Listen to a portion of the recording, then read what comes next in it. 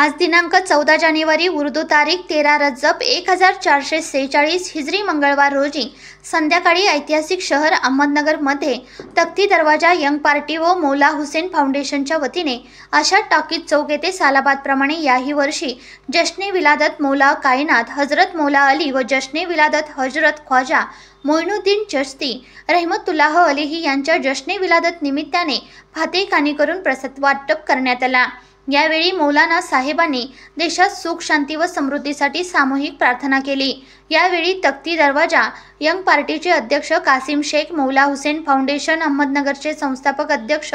मोहम्मद हुसेन शेख, शाह फैजल शानूभाई, इब्राहिम शेख, हाफिज शेख, तनवर शेख, इम्रान खान, साजिद सय्यद, साबिर शेख, जावेद शेख, गब्बर, फुरकान शेख, मोहसिन शेख, हाजी बाबर, चांद साहब व तख्ती दरवाजा यंग पार्टीचे सर्व आजी माजी सदस्य व नागरिक भव्य संख्येने उपस्थित होते।